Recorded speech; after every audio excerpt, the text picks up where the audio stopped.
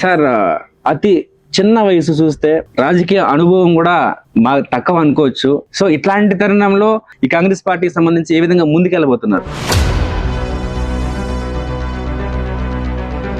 BJP చేస్తూ ఉండే social మీడియాలో ఓ కాంగ్రెస్ పార్టీ అంటే ఏదో దేశద్రోహ పార్టీ లాగా వచ్చేసి ఇప్పుడుండే యువకులను కూడా తయారు చేస్తూ ఉన్నారు.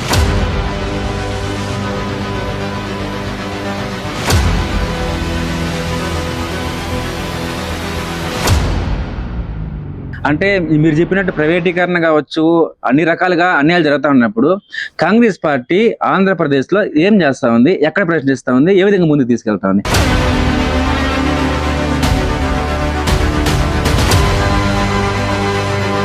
ఆంధ్రప్రదేశ్ వై సిరిమలం వచ్చినప్పటి ఇంకా ఇప్పటి వరకు కాంగ్రెస్ పార్టీలో బలమైన రూట్ లెవెల్ ఇంకా వచ్చేసి ఆమె మార్చుకొని వస్తూ ఉంది.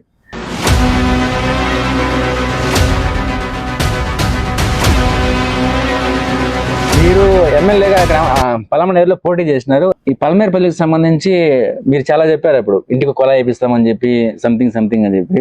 అంటే మీరు ప్రశ్నించేది ఓన్లీ స్టేట్కైనా, పలమనేరులో ఏమి ఉండదా?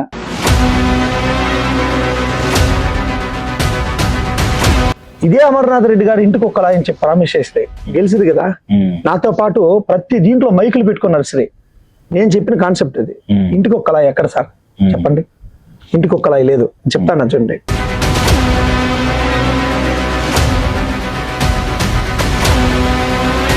సిస్టమ్ మార్చాలంటే ఇక్కడుండే ఎమ్మెల్యే, ఇక్కడుండే ప్రభుత్వం తీసుకోవాలా.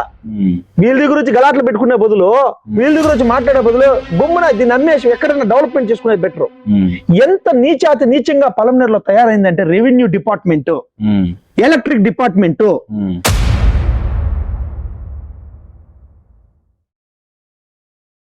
ఇది చూసుకున్నట్లయితే ఎఫ్ఐఎఫ్ ప్రోగ్రామ్ లో భాగంగా ఈరోజు కాంగ్రెస్ పార్టీ రాష్ట్ర అధికార ప్రతినిధి, అదేవిధంగా అమరావతి పరిరక్షణ committee member, Palamaner Congress party in charge BVM Shivashankar గారు మనతో ఉన్నారు. మరి రాబోయే రోజుల్లో ఈ కాంగ్రెస్ పార్టీకి సంబంధించి పూర్తి స్థాయిలో ఏ విధంగా ముందుకు తీసుకెళ్లబోతున్నారు, అదేవిధంగా ఏ విధంగా ప్రశ్నించబోతున్నారు, అనేక అంశాలపైన మనం మాట్లాడే ప్రయత్నం చేస్తాం.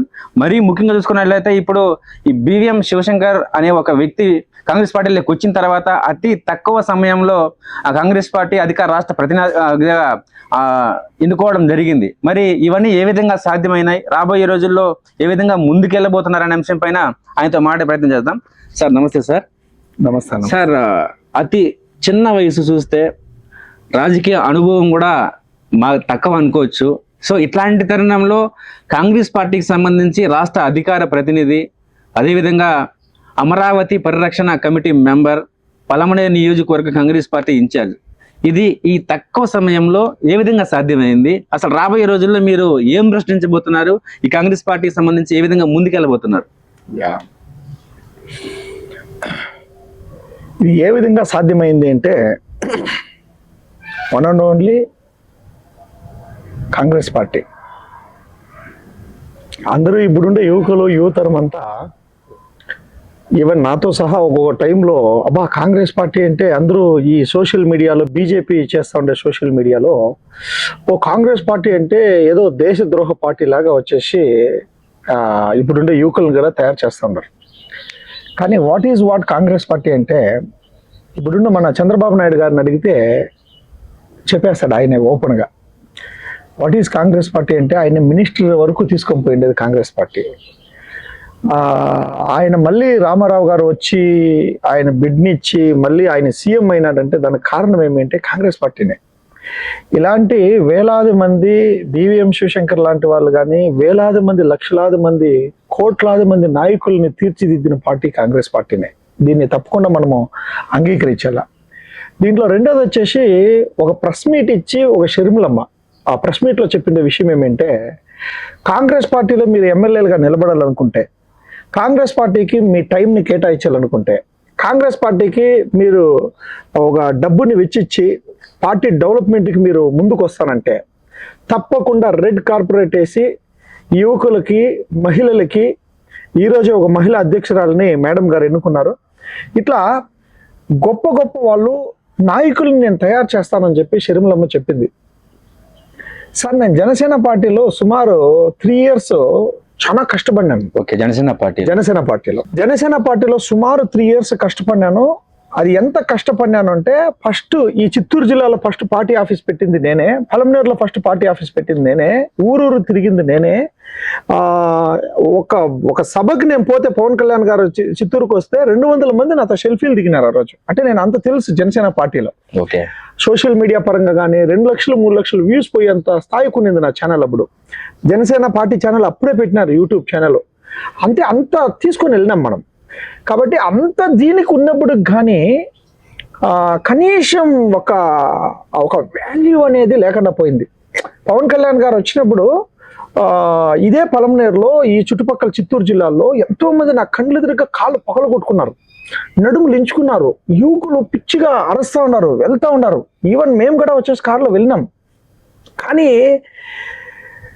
అంతిమంగా చూస్తే ఆయన ఆశయాలన్నీ ప్రజల మీద రుద్దుతాడు, కానీ ఏ ఒక్క ఆశయాన్ని ఆయన చెప్పిన ఏ ఒక్క దాని మీద ఆయన కట్టుబడతా ఉండలేదు సార్.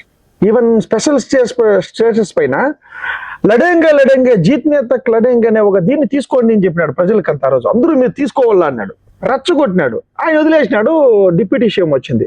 ఇట్లే కాదు, సామాజిక న్యాయంగా నేను టికెట్లు ఇస్తానన్నాడు.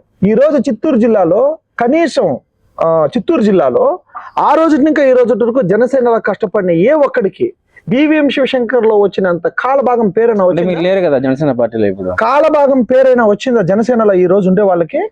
ఈ రోజు చిత్తూరు జిల్లాలో బివిఎం శివశంకర్ అంటే ఏమి, ఈ రోజు ఎంటైర్ ఆంధ్రప్రదేశ్ లో బివిఎం శివశంకర్ అంటే ఏమి అనేది తెలిసింది.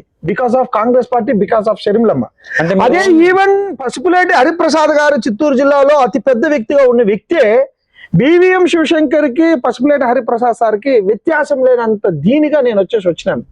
Because of Congress party, because of షర్మిలమ్మ. అంటే దీంట్లో స్వలాభమా, సొంత లాభమా, ఇంగుట అనేది నేను చూసుకున్నానని కాదు దీంట్లో అర్థం. ఓకే, ఎక్కడైతే ఒక వ్యక్తిని యూజ్ అండ్ త్రో లాగా వదిలి, కరివేపాకులు కాదు వీళ్ళంతా, జనాలంతా ఫ్యాన్స్ అనే వాళ్ళు కరివేపాకులు కాదు. ప్రతి ఒక్క మనిషి వచ్చేసి ఒక నాయకులుగా ఎదగలేని వస్తారు. ఈ రోజు రాయలసీమలో, ఈవెన్ చిత్తూరు జిల్లాలో జనసేనలో ఉండే నాయకుల పరిస్థితి అంతా ఏంటి సార్? వీళ్ళు ఎమ్మెల్యేలుగా వస్తారా? వీళ్ళు నాయకులుగా వస్తారా? వీళ్ళు ఏమన్నా జీవితంలో వచ్చేసి జనసేన నమ్మి ఇంత కష్టపడినారు కదా. ఈవెన్ పసుపులేటి హరిప్రసాద్ సార్కి జీవితంలో ఆయన బతుకున్న నాళ్ళలో ఒక ఎమ్మెల్యే టికెట్ ఇస్తాడా పవన్ కళ్యాణ్ గారు? ఇక్కడుండే మన పసుపులేటి దిలీప్ చాలా గొప్పగా పనిచేసిన వాళ్ళు ఇక్కడ పలమనేరులో. ఈవెన్ వచ్చేసిందనా సందీప్, భరత్, చాలా మంది ఉన్నారు. ఏ ఒక్కరికైనా ఏం సార్ అంటే పసుపులేటి దిలీప్ అనే వ్యక్తి జనసేనలో ఇంత కష్టపడితే కనీసం మార్కెట్ చైర్మన్ వద్దా? మార్కెట్ వైస్ చైర్మన్ చెప్పి ఊరికి ఒక కిరీటం పెట్టేస్తే సరిపోతుందా? అంటే టీడీపీకి ఊడుగం చేసేదానికైనా జనసేన పార్టీ ఉంటే మీరు చూస్తే రాజకీయాలు మొత్తము పదవుల కోసమే, ఎమ్మెల్యే టికెట్ల కోసమే తప్ప ప్రజాసేవ కోసం వచ్చినట్లు ఏం లేదా? అంటే మీ ఉద్దేశంలో ఎమ్మెల్యేలు పదవులు ఇస్తేనే పార్టీలో గౌరవం ఇచ్చినట్ల, అసలు ప్రజాసేవ ఎవరు చేయట్లేదు అంటారా? 100కి 100% ఒక మనిషి నాయకుడిగా ఎదగాలనుకునే దాంట్లో తప్పు లేదు. నాయకుడిగా ఎదగాల్సిందే. నాయకుడిగా ఎదిగి, లీడర్గా ఎదిగి పదవులు తీసుకుంటే మాత్రమే ఏమన్నా ప్రజలకు చేయగలుగుతాం. మనము నిస్వార్థం నాకంటే నిస్వార్థంగా పనిచేసిన వ్యక్తి జనసేనలో ఎవరు పుట్టినరు? ఎల్లి పోడుర తంబి, నల్ల మబ్బులు గమ్మి, ఎల్లు వల్లే ఎలుగులు చిమ్మే సూర్యుడు మళ్ళీ కొత్తగా పొడుచుకు వస్తాడు అని చెప్పని ఆయన ఆ ఇంట్లో కూర్చొని ఆయన ఉన్న రోజు వచ్చేసి వచ్చిండే సాంగ్ కొన్ని కోట్ల మంది ఆదరించింది. అంటే అలాంటివి మీరు రాసిందేనా? బివిఎం క్రియేషన్స్ లో మేము ఇచ్చిందే కదా. I'm the producer of that song. మా మ్యూజిక్ స్టూడియో జిఎంసి అండ్ బివిఎం అనేది మాది. చరణ్ అన్న రాసిండే సాంగ్ అది. అర్థమైంది లేదా? రాపిచ్చి అంత గొప్పగా చేసినాం. నేను అనడం ఏమిటి అంటే, ఆశించకుండా నిస్వార్థంగా చేసిన వాళ్ళు ఎవరు ఉంటే, పవన్ కళ్యాణ్ ప్రేమించిన వాళ్ళు ఎవరంటే, ఆయన సిద్ధాంతాలను నమ్మిన వాళ్ళు ఎవరంటే బివిఎం శివశంకర్. ఫస్ట్ ప్లేస్ లో నేనే ఉంటాను రాష్ట్రంలో. నన్ను దాటే ఎవరైనా ఉండాలా? ఒక సాంగ్ చాలు మీకు చెప్పడానికి. అంటే ఇలాంటివి ఎన్నో ఉంటాయి.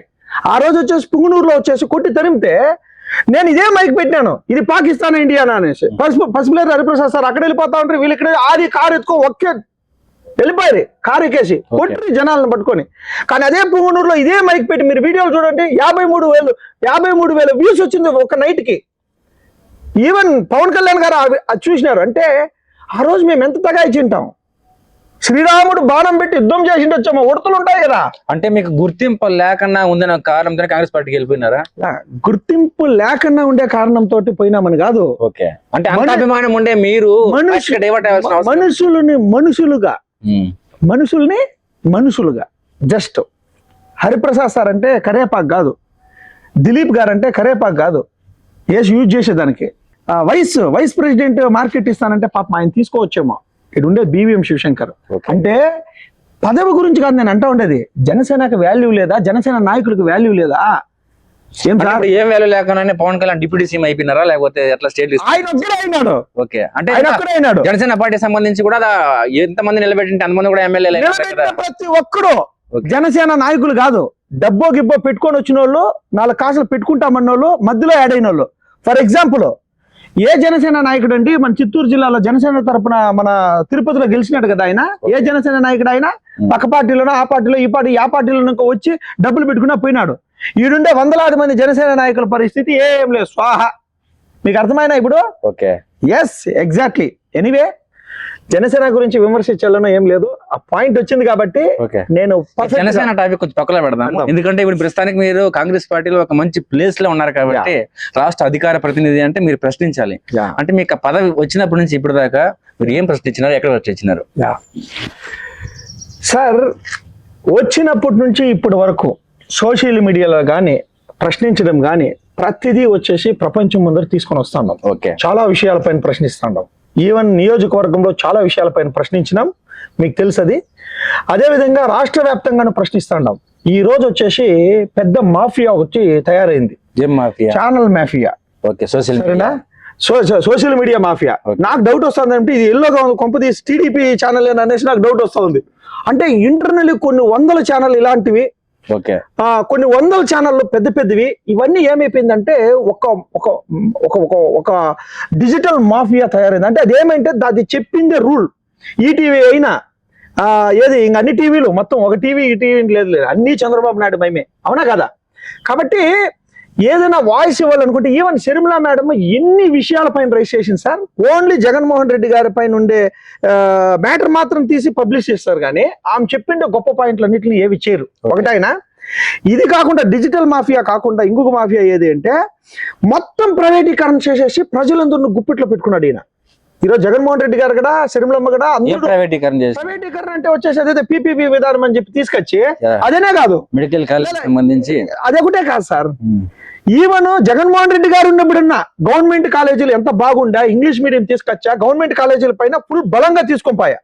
కనీసం చంద్రబాబు నాయుడు గారు వచ్చినప్పుడు ఉండే గవర్నమెంట్ కాలేజీలను పక్కన పెట్టి ప్రైవేట్ ఇన్స్టిట్యూట్లు, ప్రైవేట్ కాలేజీలు, ప్రైవేట్ డిగ్రీ ఎన్ని కళాశాలలు తీసుకొస్తుంటారు. ఈ రోజు మంత్రి నారా లోకేష్ గారు గవర్నమెంట్ పాఠశాలల పైన ఏకాగ్రత చేస్తాడు, ప్రైవేట్ పాఠశాలల పైన ఉండదు, మొత్తం ప్రైవేట్ పాఠశాల. లోకేష్ గారు వస్తా ఉన్నట్లే ఫస్ట్ DSC వదిలినారు, రిక్రూట్మెంట్ చేసినారు, స్కూల్ సంబంధించి పిలిచినారు, రీసెంట్ గానే మ్యాక్ అసెంబ్లీ పెట్టేసి పిల్లల్ని పిలిపించేసి చేసినారు.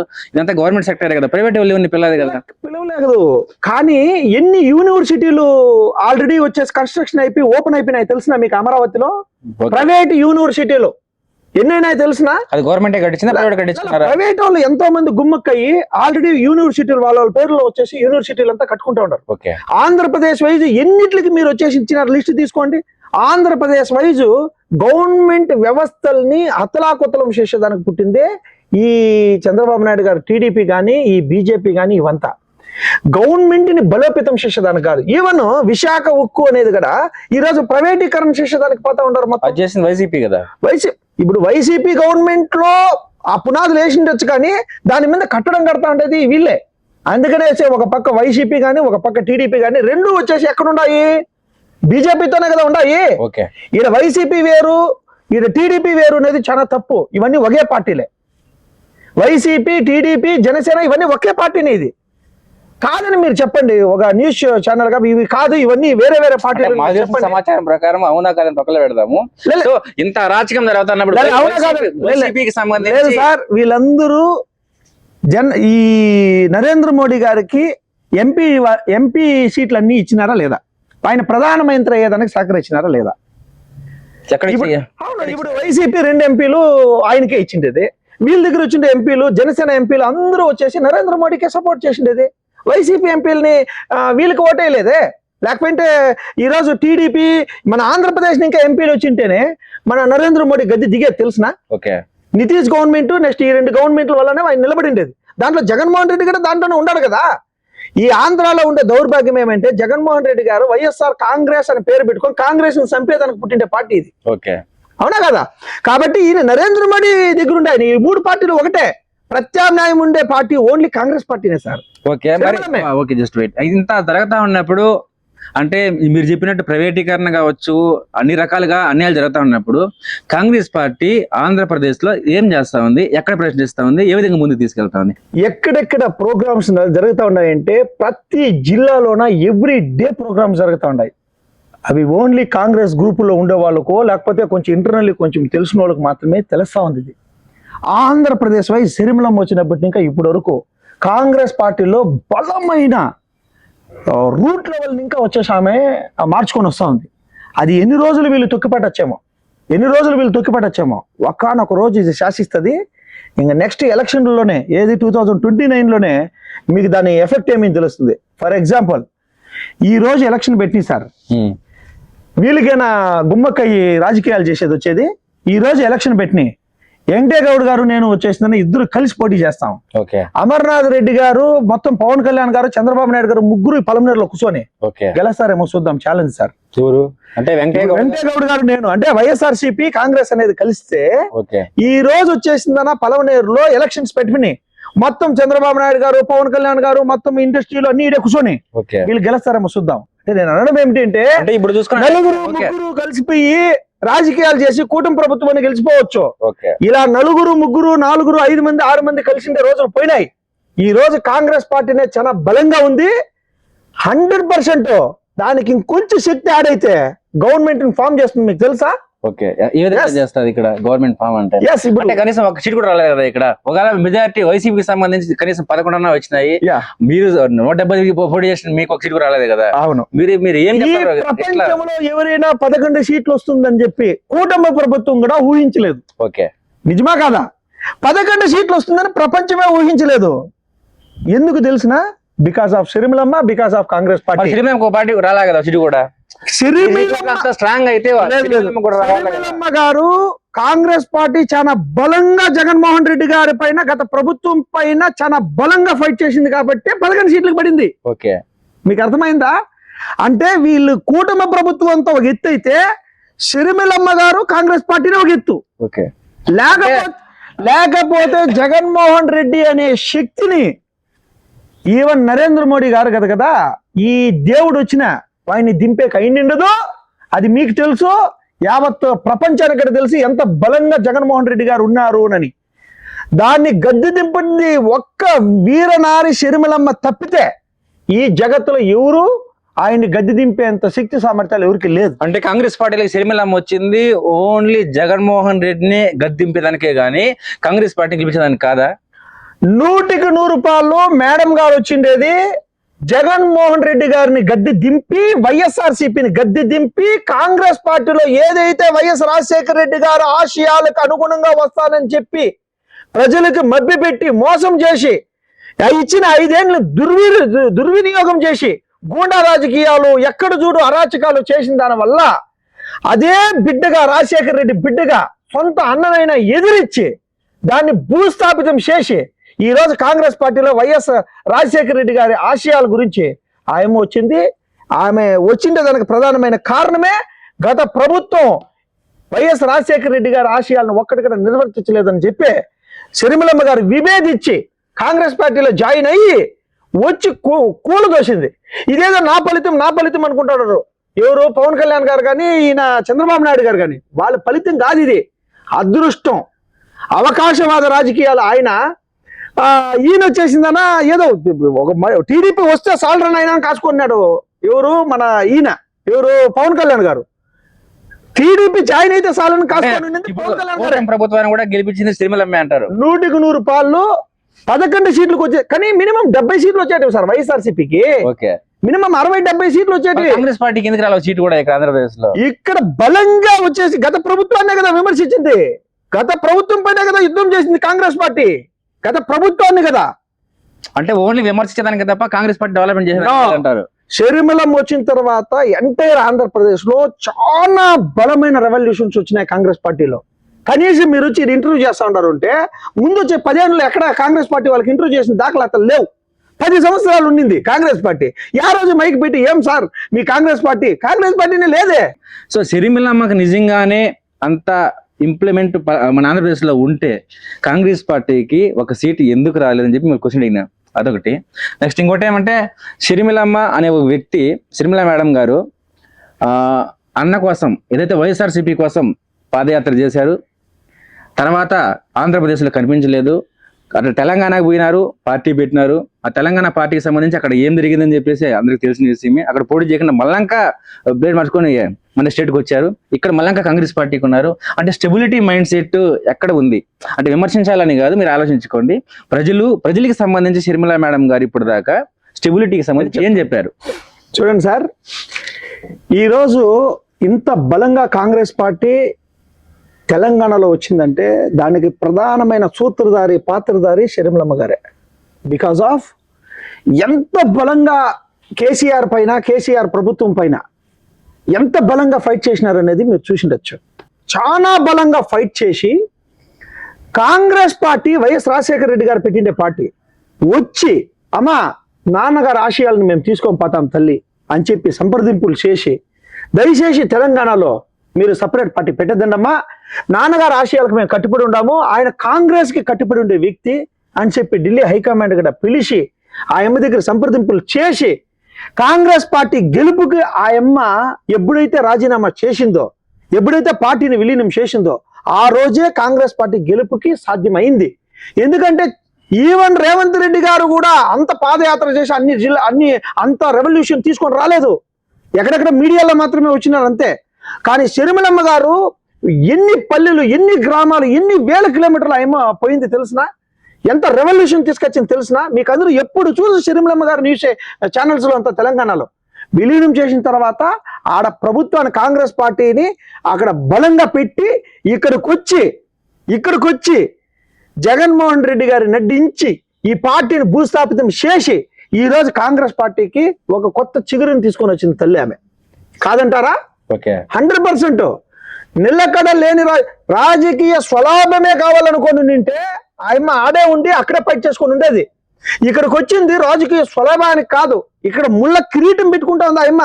రేవంత్ రెడ్డి గారు చెప్పిండే విషయం, అమ్మా నువ్వు ఆంధ్రప్రదేశ్ పోతా ఉండవే, అక్కడ పోతే ముళ్ళ కిరీటం కదమ్మా అంటే, అన్నా ఇక్కడ మీరుండారు చూసుకునేదానికి కాంగ్రెస్ పార్టీ ఉంది, కానీ అక్కడ నా ఆంధ్రప్రదేశ్ ప్రజలకు ఎవరు లేరు ప్రశ్నించేదానికి, నేను వెళ్తానన్నా అని చెప్పి ముళ్ళ కిరీటం పెట్టుకొని వచ్చింది అని చెప్పిన మాట సాక్షాత్తు రేవంత్ రెడ్డి గారు. ఓకే, అంటే ఇప్పుడు తెలంగాణలో పార్టీ పెట్టినప్పుడు ఆంధ్ర ప్రజలు షర్మిలమ్మ గుర్తు రాలేదా? అంటే ఆ పార్టీ విలీనం చేసేటప్పుడు గుర్తు రాలేదా? మరి తెలంగాణకు పోవడం ఎందుకు, అక్కడ పార్టీ పెట్టడం ఎందుకు, తెలంగాణ ప్రజల గురించి మాట్లాడడం ఎందుకు? అంటే అక్కడికి పోతే నేను తెలంగాణ బిడ్డని చెప్పుకొని, ఇక్కడికి వచ్చి ఆంధ్ర బిడ్డని చెప్పుకొని ఎందుకు ఈ డబుల్ గేమ్ కదా? ఆయన సీఎం కాలేదు, ఆయన పాదయాత్ర చేసినప్పుడు ఆయన సీఎం చేసి నాన్నగారి ఆశయాలని తీసుకొని వెళ్ళాలనే ఉద్దేశంతో ముందు పాదయాత్ర చేసినారు. మళ్ళా సీఎం సీట్ వచ్చింది. సీఎం సీట్ వచ్చిన తర్వాత ఈయన చేస్తాడు. వైసీపీ కదా, కాంగ్రెస్ వైసీపీకే చేసిండేది, కాంగ్రెస్ పార్టీ కాదు, వైసీపీకే. అవును. నాన్నగారు చనిపోయినప్పుడు ఆ ఒక కష్టాన్ని, ఆ ఒక దీన్ని వైఎస్ రాజశేఖర రెడ్డి పుత్రుడుగా జగన్మోహన్ రెడ్డి గారికి ఇచ్చిండాల్సిందా, ఇచ్చి ఆయన ఆశయాలను తీసుకొని పోయేదానికి ఆయనకు ఒక పట్టం కట్టి పెట్టింది నింటే షర్మిలమ్మ జగన్మోహన్ రెడ్డి గారు యుద్ధం చేసే వాళ్ళు కాదు. అంటే కుటుంబ రాజకీయాల నాన్న చచ్చిపోతే కొడుకు ఇవ్వాలని చెప్పేసి చట్టంలో ఎక్కడికైనా లేదు కదా. నాన్న చచ్చిపోతే కొడుకు ఇవ్వాలా అనే చట్టం లేదు. నాన్న చచ్చిపోతే కొడుకు ఇవ్వకూడదు అని ఒక్క నిర్ణయమే. ఎంటైర్ దేశంలోనే కాంగ్రెస్ పార్టీ నామరూపాలు లేకుండా పోయింది. దీని ఫలితం ఏమినేది అంటే, నేను అనడం ఏమిటి అంటే కుటుంబ రాజకీయాలు ఇవ్వాలనేది ఏమి లేదు. కానీ నేను అంటా ఉండేది ఏమిటంటే ఆ ఒక్క నిర్ణయం, అరే వైఎస్ రాజశేఖర రెడ్డి గారు కొడుకు ఎందుకు ఇవ్వాలని ఒక్క మాట చనిపోయినాడండి. ఆయన అర్ధాంతరంగా సీఎం దీంట్లో ఉండి ఆయన చనిపోయినాడు. ఆయన బిడ్డ అక్కడ వైఎస్ జగన్మోహన్ రెడ్డి గారు, ఆ ఫ్యామిలీకి ఇచ్చే గౌరవం కాంగ్రెస్ పార్టీ ఇదేనా? ఒక ఏపీసీసీ ప్రెసిడెంట్ గా నేను మాట్లాడుతూ ఉన్నానంటే ఆచితూచి ఆవేశంతో కాదు. జగన్మోహన్ రెడ్డి గారి మీద నాకేం మమేకం లేదు. నేను జనసేనలో ఉన్నప్పుడు ఫైట్ చేసింది జగన్మోహన్ రెడ్డి గారి పైనే, వైసీపీ పైనే. కానీ నేను అనడం ఒక ధర్మం అనేది ఉంటుంది కదా. ఒక తండ్రి చనిపోయినప్పుడు ఆ కుటుంబానికి ఓదార్పు అంటే రక్తం సార్, అది ఆ కుటుంబం సార్, కుటుంబాన్ని వదిలి ఆయన కష్టపడి ఉంటాడు. ఆ కుటుంబానికి ఒక గౌరవం, పదవి పక్కన పెట్టండి, గౌరవం వద్దా? ఎన్ని వేల మంది చనిపోయినారండి, ఆ గౌరవం వద్దా? అదే ఆ బాధే ఆంధ్రప్రదేశ్ ప్రజల్లో జగన్మోహన్ రెడ్డిని సిరిమలమ్మ గారిలో కూడా అంతా ఇచ్చేసింది. కానీ దాన్ని నిలబెట్టుకోలేకపోయినాడు జగన్మోహన్ రెడ్డి గారు. ఓకే, కాంగ్రెస్ దాన్ని ఇచ్చింది, జనాలు ఇచ్చినారు, సిరిమలమ్మ అందరూ ఓకే, దానికి అంగీకరించినాం. ఈవెన్ నాతో సహా ఈ రోజు ప్రతి ఒక్కరు ఎందుకు జగన్మోహన్ రెడ్డికి ఇలేదు అని చెప్పి ఉన్న కాంగ్రెస్ పార్టీని పక్కన పెట్టి ఆయన ఎన్నుకుంది కదా, ఇది సత్యమే కదా, నేను మాట్లాడేది కదా, కాదు కదా. కాబట్టి అది నిలబెట్టుకోలేకపోయినాడు, అదే మా బాధ. ఆయన నిలబెట్టుకోలేదు. ఇక్కడ కాంగ్రెస్ పార్టీ పోయింది స్టేట్ కి సంబంధించి, దేశం మొత్తము. ఓకే, వైఎస్ రాజశేఖర రెడ్డి గారు స్టేట్ లో పోయింది, స్టేట్ కాదు సార్, దేశం మొత్తం పోయింది. దేశం మొత్తం పోయింది. ఎందుకు? వైఎస్ రాజశేఖర రెడ్డి గారు కానీ ఉండింటే దేశం మొత్తం కాంగ్రెస్ పార్టీ పోయేదా? ఆయన ఉండింటే అంటే ఆంధ్ర రాష్ట్రాన్ని విడగొట్టిన కానీ కూడా కాంగ్రెస్ పార్టీనే కదా. ఇప్పుడు తెలంగాణ ఆంధ్ర విడిపోకన్నా ఉండింటే మీరు చెప్పినట్లు ఉండేది, విడగొట్టింది కూడా కాంగ్రెస్. వైఎస్ రాజశేఖర రెడ్డి మరణం తర్వాత విడగొట్టినారా, మరణం ముందా? చనిపోయిన తర్వాత కదా. అదే వైఎస్ రాజశేఖర రెడ్డి గారు అంటే. ఓకే, వైఎస్ రాజశేఖర రెడ్డి గారు అంటే జరిగేది కాదు, దానికి ఒక అందం తీసుకొచ్చేవాళ్ళు, దానికి ఒక ప్రత్యామ్నాయం తీసుకొని వచ్చేవాళ్ళు. సరేనా సార్? కాబట్టి వైఎస్ రాజశేఖర రెడ్డి గారు ఉండింటే నరేంద్ర మోడీ గారు లేరు. వైఎస్ రాజశేఖర రెడ్డి గారు లేరు కాబట్టి నరేంద్ర మోడీ గారు ఈరోజు దేశంలో ఉన్నారు.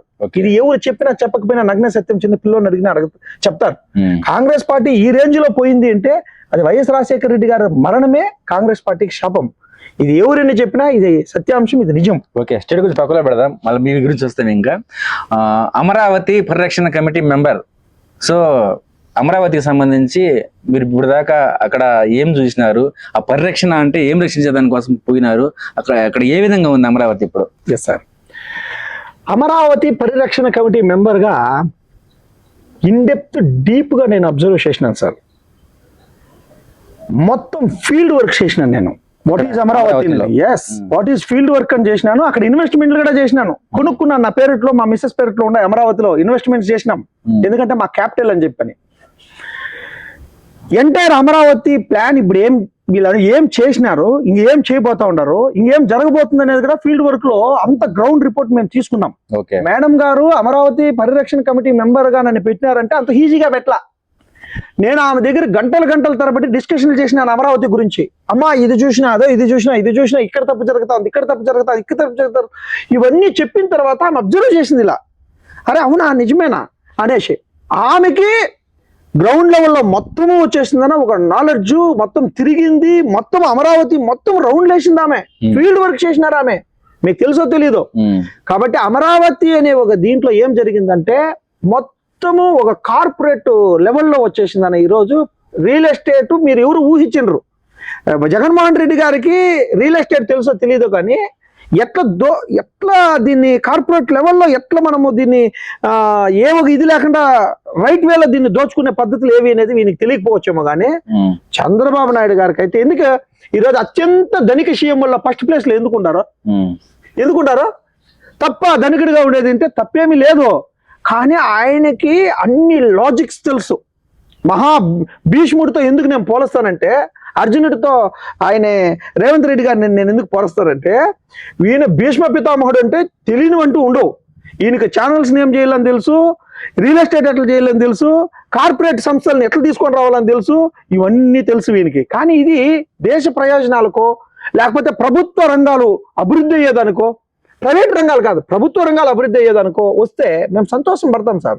చంద్రబాబు నాయుడు గారిని మేము తప్పు పట్టట్లా, డ్రీమ్స్ ఉండొచ్చేమో, దాని స్వలాభమో లేకపోతే దాన్ని వాళ్ళ టీడీపీకి మాత్రమే అనుకూలంగా మలుచుకునే దానికో వస్తే చాలా తప్పది. స్వేచ్ఛ ఉండాల. అంటే మనకి ఇప్పుడు స్టేట్ కి సంబంధించి ప్రత్యేక హోదా లేదు, ప్రత్యేక స్టేటస్ ఏమీ లేదు. అంటే పెట్టుబడులకు మాత్రమే పెట్టించుకోవాలని చెప్పేసి పోరాటం చేస్తామని చెప్తున్నారు. అంటే పెట్టుబడులు తెప్పించుకోవడం తప్పంటారా? అంటే స్టేట్ డెవలప్మెంట్ కోసం ఉపయోగపడుతుంది కదా. స్టేట్ డెవలప్మెంట్ అంటే ఇప్పుడు చూడండి సార్, ఫర్ ఎగ్జాంపుల్ కర్ణాటకలో వచ్చేసి ఒక 1:4 ఇచ్చినారు రైతులకి, 1:4 ఇచ్చినారు. నీ భూమి ఇస్తాడవా, ఏముంది అక్కడ మార్కెట్ రేట్ ఏముందో చూసినారు, గవర్నమెంట్ వాల్యుయేషన్ చెక్ చేసినారు, 1:4 ఇచ్చి భూమి తీసుకున్నారు, నీ డబ్బు ఇచ్చినా నువ్వు ఇన్వెస్ట్మెంట్ చేసుకున్నారు. కానీ ఇక్కడ అది కాదు జరిగిండేది. వాళ్ళకి డబ్బులు ఇచ్చినట్లు లేదు, ఈనట్లు లేదు. లాస్ట్కి ఇది పెద్దగా ఇది చేసి లాస్ట్కి అదేదో కౌలు ఇస్తామని చెప్పినారు, నెల కౌలు ఇస్తామని చెప్పినారు. ఆ ఉండే దాంట్లో 25% 30% మీకు ఇస్తామని చెప్పినారు, 75% మేము డెవలప్మెంట్ చేస్తామన్నారు. ఇట్లా లుసుగులు ఏడా వచ్చేసిందని ఎక్కడా వచ్చేసి లేదు. మళ్ళీ రైతుల గురించి చెప్పలేదు కదా. చెప్పలేదేం సార్? సార్ వచ్చారు, అమరావతిలో జరిగినన్ని ధర్నాలు, అమరావతిలో జరిగినన్ని ధర్నాలు, అమరావతిలో ఇప్పటికీ పోతే బగ్గు పెంటుంది. ఆ రోజు చూస్తే ఆయన వచ్చేసి తీసుకున్నా, ప్రభుత్వం మారిపోయా, వీనొచ్చా. అమరావతి రైతులంత కన్నీరు ఎవరికి లేదు సార్. ఈ రోజు కూడా అమరావతి రైతుల దగ్గర పోయి ఇదే మైక్ పెట్టండి, వాళ్ళ గోస మొత్తం కక్కుతారు. చంద్రబాబు నాయుడు గారిని ఇంకా ఏం చేయాలో తెలియని పరిస్థితుల్లో, ఎట్లా యుద్ధం చేయాలో తెలియని పరిస్థితిలో ఉన్నారు. కానీ అట్లా డబ్బులు తీసుకున్నట్లు లేదు. 10 సంవత్సరాలు అవుతాం సార్, ఇంకా అభివృద్ధి లేదు. కంప చెట్లు ఉన్నాయి, నీళ్లు ఉన్నాయి, ఎక్కడ చూడు అభివృద్ధి లేదు సార్. ఇది ఏదో ఇక్కడుండి కూర్చొని చెప్తాండేది కాదు. గ్రౌండ్ లో పోయి ఎంక్వైరీ చేసి మొత్తము నేను గ్రౌండ్ రిపోర్ట్ తీసుకొని చెప్తాండేది. గజం 60 అక్కడి నుంచి ప్రశ్నించచ్చు కదా అని. మీరు అక్కడి నుంచి, మీకంటే ఒక ఛానల్ ఉంది, మీరు అక్కడి నుంచి ప్రశ్నించచ్చు కదా, చేయొచ్చు కదా. 100% ప్రశ్నించే సమయం ఆసన్నం అయింది. ప్రశ్నిస్తూ ఉండాము, గ్రౌండ్ రిపోర్ట్లన్నీ తీసుకున్నాము. ఆల్రెడీ వచ్చేసి అమరావతి పైన వచ్చేసి చాలా వరకు టీం కమిటీ అనేది ఏర్పడింది. ఎన్నో ప్రెస్లు, ఈ వరకు ఒక 20 ప్రెస్ మీటింగ్లు జరిగినాయి. కాబట్టి అమరావతి రైతుల కోసం మీరు ఏం చేయబోతున్నారు ఇంకా రాబోయే రోజుల్లో? అమరావతి ప్రజల కోసం రాబోయే రోజుల్లో తప్పకుండా కాంగ్రెస్ గవర్నమెంట్ వస్తుంది. As a Bengaluru, as a Chennai, as a ఈ హైదరాబాద్ కాకుండా వీటన్నిటికీ వినూత్నమైన రీతిలో అమరావతిని మేము స్టడీ చేసినాం. అమరావతి రైతులకి బెంగళూరులో ఏ విధంగా అయితే 1:4 ఇచ్చినారో ఆ విధంగా 1:4 అమౌంట్ ఇచ్చి మేము అక్విజిషన్ చేసుకుంటాం. చంద్రబాబు నాయుడు గారు లాగా కౌలు ఇస్తాను, మీకు 25% ఇస్తాను, 75% గవర్నమెంట్, ఈ లాజికల్ పెట్టాం. తృప్తిగా వాళ్ళకి మంచి అమౌంట్ ఇచ్చి మేము అక్విజిషన్ చేసుకుంటాం. కాంగ్రెస్ పార్టీ వస్తే కాదు, వచ్చి తీరుతుంది. రావాలా అమరావతి అభివృద్ధి చెందాలంటే కాంగ్రెస్ పార్టీ రావాలా. వచ్చిన ఫస్ట్ డే స్పెషల్ స్టేటస్ పైన సంతకం పెడతారు మా రాహుల్ గాంధీ గారిని, మీకు ప్రామిస్ చేస్తాను చూడండి. స్పెషల్ స్టేటస్ వస్తే ఆయన నరేంద్ర మోడీ గారు వచ్చి ఇది ఇచ్చినా అది ఇచ్చినా మనకు హానీలు చెప్పాల్సిన పనిలే. స్పెషల్ స్టేటస్ ఒకటి ఇచ్చేసి ఇంకేమి పైన ఆటోమేటిక్ గా వస్తాయి వచ్చేటవన్నీ. కాబట్టి దయచేసి ఇదే చంద్రబాబు నాయుడు గారు స్పెషల్ స్టేటస్ గురించి పోరాటం చేయలేదా? ఎందుకు చేసిరి? ఇదే జగన్మోహన్ రెడ్డి గారు చేయలేదా? ఎందుకు చేసిరి? ఇదే పవన్ కళ్యాణ్ గారు చేయలేదా? ఎందుకు చేసిరి? వీళ్ళు యుద్ధమంతా స్పెషల్ స్టేటస్ పైన. ఆయనకి సీఎం వచ్చా సైలెంట్ అయిపోయా, వీళ్ళకి డిప్యూటీ సీఎం వచ్చా గప్ షిప్ సైలెంట్ అయిపోయి ఇంకేం మాట్లాడదు దాని గురించి. ఇంకేమన్నా కాషాయ వస్త్రాలు వేసుకొని నామ పెట్టుకొని ఇంక వేరే ఏమైనా సబ్జెక్టులు మాట్లాడతారు, ఇలా లడ్డు గురించి మాట్లాడతారు. అప్పుడైతే పాచిపోయిన లడ్డూలు ఉంటారో, ఇప్పుడు వచ్చేసి స్పెషల్ స్టేటస్ రాదు. తిరుపతి లడ్డు గుర్తొచ్చింది, అప్పుడు పాచిపోయిన లడ్డూలో ఇప్పుడు తిరుపతి లడ్డు. మీకు అర్థమైందా ఎంత పాలిటిక్స్ జరుగుతాండి అనేది? బలమైన యుద్ధం చేసింది 3 పార్టీలు స్పెషల్ స్టేటస్ పైనే. నిజమా కాదా సార్? నిజమా కాదా చెప్పండి. నిజమే కదా. మాట్లాడాలి కదా. ఇప్పుడు మా కాంగ్రెస్ పార్టీ ఫస్ట్ సంతకం రాహుల్ గాంధీ గారు చేస్తారండి. ఫస్ట్ సంతకం అదే మాది. మా హామీలు చూడండి, మీరు ఇచ్చిన దాంట్లో ఫస్ట్ సంతకం రాహుల్ గాంధీ గారు స్పెషల్ స్టేటస్. ఇది ఒకటి ఇస్తే ఇండస్ట్రీలు మొత్తం బాగుపడుతుందండి. కర్ణాటక అయింది, ఈ చుట్టుపక్కల సౌత్ ఇండియాలో మన ఆంధ్రప్రదేశ్ నెంబర్ 1 వస్తుంది తెలిసిన. స్పెషల్ స్టేటస్ కి ఒక సపరేట్ ఇవి ఉన్నాయి, కంపెనీలు పెట్టుకునే దానికి అనుగుణమైన రూల్స్ అండ్ ఆ ఏరియా డెవలప్మెంట్ చేసుకునే దానికి ఎన్నో చట్టాలు ఉన్నాయి. కాబట్టి తప్పకుండా స్పెషల్ స్టేటస్ రాందే ఆంధ్ర బాగుపడుతుంది. కాంగ్రెస్ రాందే ఆంధ్ర బాగుపడుతుంది. కాంగ్రెస్ రావాలా, స్పెషల్ స్టేటస్ రావాలా. చిరుమలమ్మ గారి నాయకత్వంలో తప్పకుండా ఆంధ్రప్రదేశ్ అభివృద్ధి జరగల్లా.